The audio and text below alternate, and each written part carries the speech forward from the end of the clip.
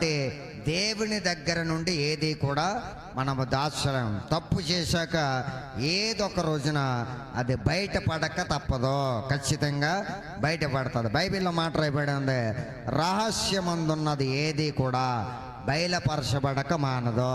నువ్వు ఎంత రహస్యంగా దాచే ఏదో ఒక రోజున అది బయటపడిపోద్ది.